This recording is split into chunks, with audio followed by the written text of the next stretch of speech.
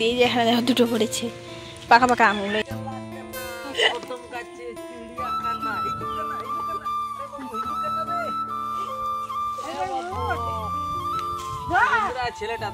Good morning বন্ধুরা, সবাই কেমন আছো? আশা করি সবাই ভালো আছো আর সুস্থ আছো। তোমাদের ভালোবাসায় আমার পরিবারের প্রত্যেকটা মানুষ ভালো আছে আর সুস্থ আছে।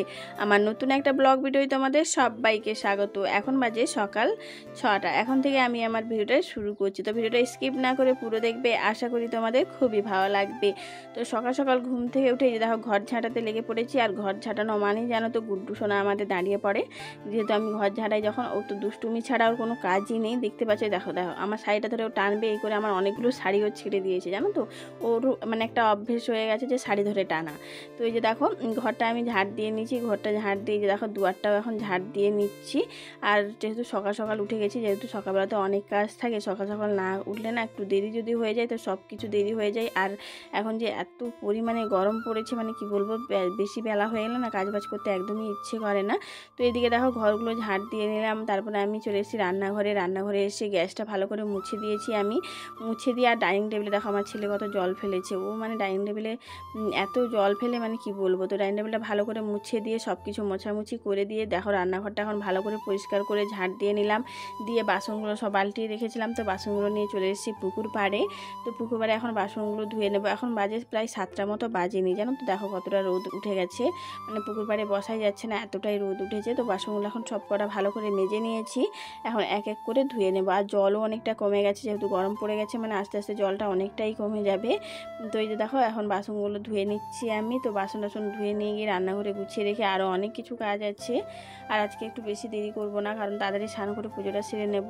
কারণ কি বলো তো, বেশি দেরি হলে আমার রান্নাঘরতে বসে একদমই রান্না করতে আমি পারি না। তো এই যে দেখো বাসন টাসন ধুয়ে চলে এসেছি আমি যে রান্নাঘরের সামনে যে বাইকটা। তো এখানে যেহেতু আমার তেঁতুল গাছ আছে সামনেই, তো এত তেঁতুল পাতা পড়ে মানে এত নোংরা হয় কি বলবো। তো রান্নাঘরের সামনে নোংরা থাকলে কি দেখতে ভালো লাগে, তাই রান্নাঘরের সামনেটাও ভালো করে ঝাড় দিয়ে নিলাম। দিয়ে দেখো এখন লাতা দিয়ে নিয়েছি, পুরো একদম গোল সূর্য করে নিয়েছি, তাই না?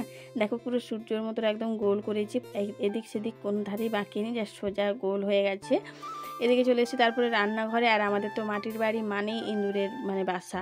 তো এই দেখো ইঁদুর এখানে গর্ত করে ফেলেছে। আর গর্ত আমি তেমন একটা রাখি না বাড়িতে, বন্ধ করে দিই, কারণ গর্ত থাকা মানে ইঁদুরের ওখানে সাপ বাসা বাঁধবে। এর আগে তো আমাদের বাড়িতে দেখেছিল কত বড় একটা সাপ ঢুকেছিল, তার জন্য আমি ইঁদুর গর্ত দেখা মানেই বন্ধ করে দিই জানো তো। আর ইঁদুর গর্ত তো আমাদের বাড়িতে বন্ধই হবে না মনে হয়, প্রত্যেক দিন একটা না একটা ইঁদুর গর্ত বেরোয়, তো আমাকে বন্ধ করতে হয়। তো এখানে দেখো মাটি দিয়ে ভালো করে আমি ইঁদুর গর্তটা বন্ধ করে দিলাম।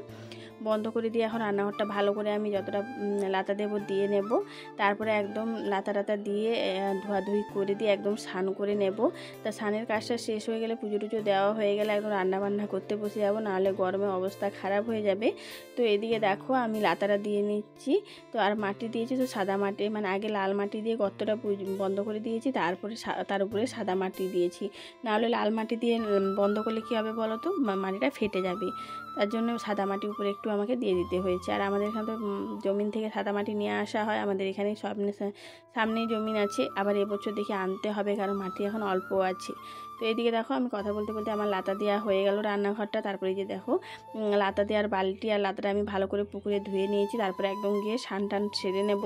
তো এদিকে দেখো স্নান টান সেরে পুজো টুজো দিয়ে ভাতটা বসিয়ে দিয়েছিলাম। ভাতটা বসিয়ে দিয়ে আমি কিছু কাজ করছিলাম, যার জন্য তোমাদের সাথে আর দেখানো হয়নি। তো ওই কাজ করতে করতে এদিকে আমার ভাত হয়ে গেছে, এখনও সবজি কাটা হয়নি। তাই তোমার দাদাভাইকে বললাম তুমি একটু গেঁড়িটা নেড়ে দাও, আমি তখন সবজিগুলো কেটে নিই। আর তোমার দাদাভাই আগের দিন গেঁড়ি ধরেছিল, তো গেঁড়িটা রেখে দিয়েছিলাম আমি। অনেকে গেঁড়ি বলে, অনেকে গুগলি বলে। তো গুগলিটা কড়াই একটু নেড়ে দিলাম, তাহলে কী হবে বলতো, তার মানে চোখগুলো ছাড়াতে সুবিধা হবে। এদিকে পনির ছিল বাড়িতে, পনিরটাও ছোটো ছোটো পিস করে কেটে নিলাম। এদিকে সবজি কাটতে বসে গেছি। আজকে করব গেঁড়ি গুগলি দিয়ে, আজকে একটু আলু দিয়ে কষা করব। আর পনির ভাজা খাবে বললো তোমার দাদাভাই, তাই পনির ভাজা করবো। আর কুঁদরি বাড়িতে অনেকগুলো ছিল, কুঁদরিগুলো আস্তে আস্তে পেকে যাচ্ছে, যার জন্য কুঁদরি আলু একটু মশলা দিয়ে ভাজা করলে না বেশ ভালো লাগে খেতে। আমার তো বেশ ভালোই লাগে, তার জন্য ভাবলাম কুঁদরি আর আলুগুলো ভাজা করব মশলা দিয়ে। আর এই যে গেড়ি যদি মানে কি বলো তো এরকমভাবে রান্না করা যায় এত সুস্বাদু হয়, মানে কি বলবো, এভাবে খুবই টেস্টি হয় খেতে। আর শরীরের পক্ষে তো খুবই ভালো, বিশেষ করে চোখের জন্য। তার জন্য আমাদের গ্রামের দিকে প্রায় যেহেতু পুকুরে পাওয়া যায়, তার জন্য আমরা ধরে খাই। কিন্তু শহর বাজারে কী হয় বলো তো, এগুলো তো পুকুরে আর পাওয়া যায়, মানে পুকুরে পাওয়া যায় কিন্তু শহরের বাজারের লোক তো আর ধরতে যায় না, তাই বিক্রি হলে কিনে খাই। কিন্তু আমরা বিনা পয়সায় পাচ্ছি পুকুর থেকে, তা বলো তো খাবো না? তো ওই জন্য যেহেতু আমার বাড়িতে সবারই খুবই প্রিয় মানে গুগলি জিনিসটা, তার জন্য আমাদের বাড়িতে প্রায় হয়। তোমরা তো ভিডিওতে দেখেইছো, খেতে কিন্তু দারুণ টেস্টি হয়। আর যদি আমি যেভাবে রান্না করি এভাবে যদি রান্না করো না, দারুণ সুস্বাদু হয় খেতে। কারণ অনেকে সরষা বাটা দিয়েও রান্না করে, কিন্তু আমি সরষা বাটা দিয়ে তেমন একটা আমার বাড়িতে পছন্দ করে না কেউ। আমার মশলা টশলা দিয়ে জিরে গুঁড়ো টুড়ো দিয়ে যদি রান্না করা হয় না, কষা কষা, দারুণ হয় খেতে। আর নামানোর আগে একটু দিয়ে দেবে গরম মশলা, তার টেস্টটা তো আরও দ্বিগুণ বেড়ে যাবে। তো এদিকে দেখো সমস্ত সবজি কাটা হয়ে গেছে, এখন আমি পেঁয়াজটা কেটে নিলাম, তারপরে আদা রসুন সব কিছু ছাড়িয়ে নেব। ছাড়িয়ে যেহেতু আমি গুগলি রান্না করব আর এই যে কুঁদরি আলু ভাজাটা করব, ওটাই একটু মশলা দেব, তাই একটু দুজনের অল্প অল্প করেই মশলা বের করে নিয়েছি। আর এদিকে একটা টমেটো কেটে নিলাম, কেটে নিয়ে দেখো সোজা চলে এসেছি রান্নার কাছে। আর গুগলিটা ছাড়ানোর দায়িত্ব আজকে তোমার দাদাভাইকেই দিয়েছিলাম, যার জন্য তোমাদের আর দেখানো হয়নি। আমি স্নান করতে গেছিলাম, তোমার দাদাভাই ছাড়িয়েছিল। তো এই দিয়ে দেখো এখন তেলটা একটু বেশি পরিমাণে দিয়ে দিয়েছিলাম, তারপর হলুদ নুন দিয়ে গুগলিটা আমি ভালো করে ভেজে নিয়েছি। তারপরে দিয়ে দিলাম আলু, যেহেতু তেলটা একটু বেশি দিয়েছিলাম তাই আর গুগলিটা ভেজে তুলিনি, তো ওটার সাথে আলুটা দিয়ে দিলাম। তো আলুটা ভাজা ভাজা হয়ে গেছে। এদিকে দেখো মশলা বেটেছিলাম, আদা রসুন পেঁয়াজ তারপরে লঙ্কা, তো বাটাটা দিয়ে দিলাম। আর জিরেটা আজকে বাটতে না মনে নেই, তো জিরে গুঁড়ো বাড়িতে আছে, জিরের গুঁড়োটা দিয়ে দেবো। দিয়ে এখন মশলাটা ভালো করে কষাবো, তো একটু জল দিয়ে দিচ্ছি যাতে মশলাটা না পুড়ে যায়। তো মশলাটা দিয়ে কষা হতে হতে এদিকে তেল দিয়েছি। আমার তেলটা কত গরম হয়েছে দেখো, পুরো ধোঁয়া উঠছে যেরকম পনির দেওয়ার জন্য, তাই অল্প অল্প করে দিচ্ছি, যদি তেল ছিটকে আসে আবার পুড়ে যেতে হবে আমাকে। এর আগে অনেকবার হাত পা পুড়েছে আমার তেল ছিটকে এসে, তাই জন্য একটু সাবধানতা বজায় রাখলাম আমি। তো এই দেখো অল্প একটু পনির আগে দিয়ে দিচ্ছি, অল্প অল্প করে দিয়ে এখন লাল লাল করে সব কটা পনির ভাজবো আমি। আর এখন ঠান্ডা গরমে না এত ঠান্ডা লেগে যাচ্ছে, মানে গলা বসে যাচ্ছে কথা বলতে বলতে।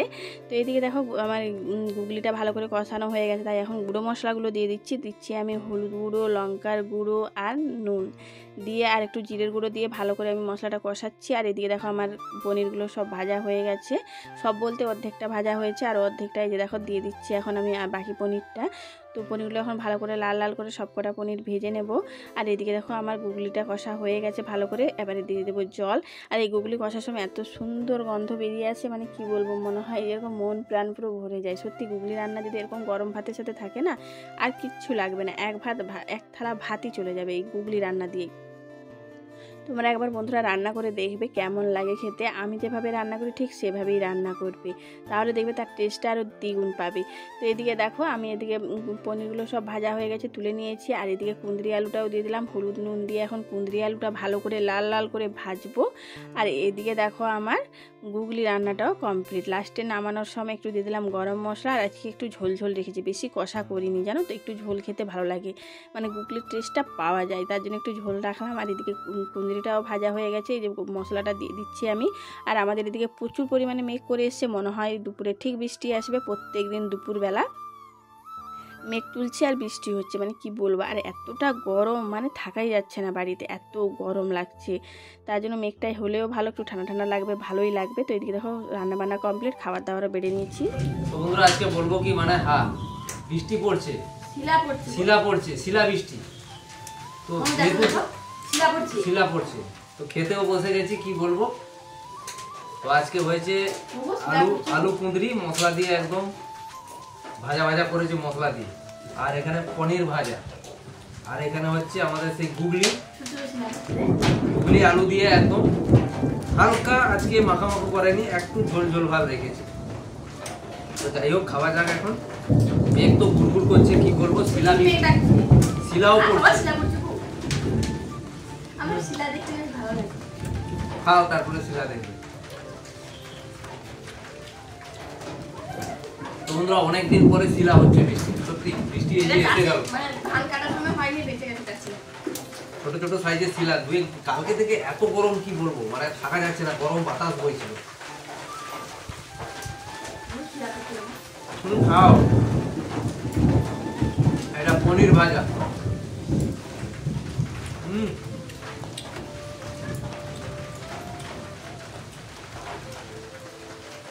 ব্যাপক লাগছে সত্যি।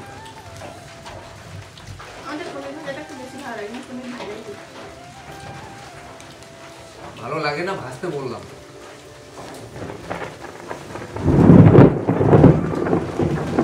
যেহেতু আজকে মানে কি বলবো গুগলি কম, ওই জন্য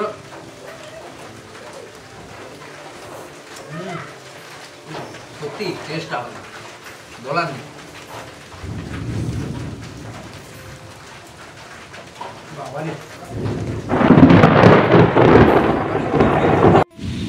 বন্ধুরা এই যে দেখো বৃষ্টি হচ্ছে, হয়তো বুঝতে পারবে না বৃষ্টি যে হালকা হচ্ছে।